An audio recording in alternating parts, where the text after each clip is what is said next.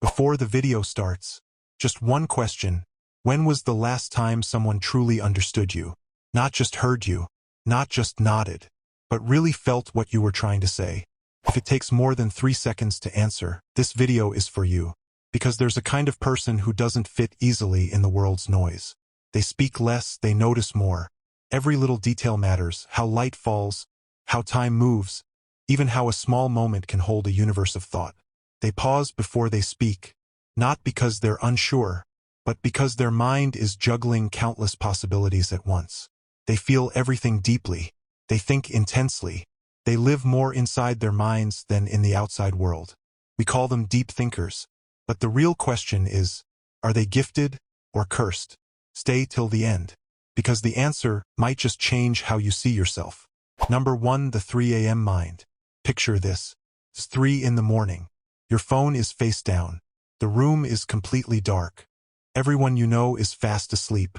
But you're lying there, eyes wide open, and your brain is asking you questions like, why do I feel like I'm living the wrong life?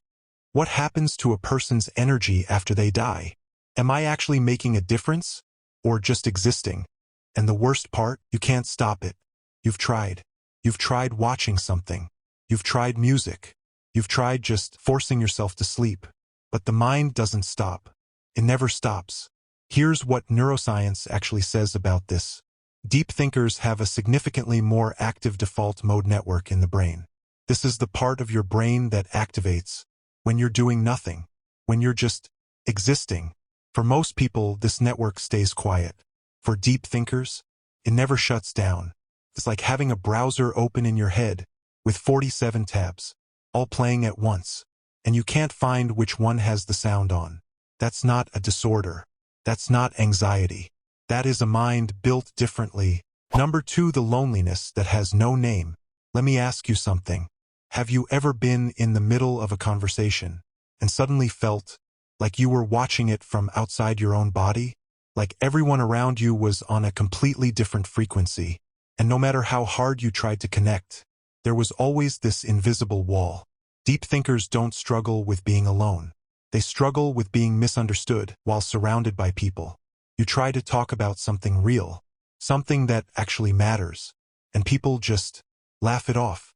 Change the subject, look at their phone, and you smile, and you nod, and you pretend it's okay. But inside, something quietly breaks. Every single time. Psychologists call this existential isolation. It's not loneliness because you have no one. It's loneliness because even with everyone around you, nobody speaks your language. And here's the most painful part that nobody talks about. Deep thinkers don't pull away from people because they want to. They pull away because they got tired of explaining a depth that people refuse to dive into. Read that again. Number 3, the power they don't know they have. But now, let me show you the other side of this. That same mind that tortures you at 3 a.m. That same sensitivity that makes you feel everything too deeply. That same depth that makes you feel like you don't belong. Is the exact same thing that makes you dangerous, in the best possible way. Deep thinkers see patterns that others completely miss. They walk into a room and feel the energy before anyone says a word. They read people not by what they say, but by what they don't say. When everyone is reacting, the deep thinker is analyzing. When everyone is celebrating too early, the deep thinker already sees 3 steps ahead. Studies in psychology show that deep thinkers score significantly higher in empathy, creative problem solving, and long-term strategic thinking. Every piece of art that made you feel something was created by a deep thinker. Every book that felt like it was written about you was written by a deep thinker.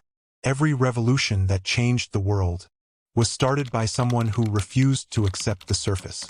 Tesla, Einstein, Kafka, Sylvia Plath. All of them described themselves as too intense, too different, too much. But history remembers them, not the people who told them to chill out. Number 4, the weight they carry alone. Here's the part that people never see. Deep thinkers carry something heavy. Every single day, they feel other people's pain like it's their own. They replay conversations from years ago, wondering if they said the wrong thing. They overthink text messages. They lose sleep over decisions that affect people they love. And because they appear calm on the outside, because they seem like they have everything figured out, nobody ever asks if they're okay. They become the therapist of their friend group, the one everyone calls when things fall apart.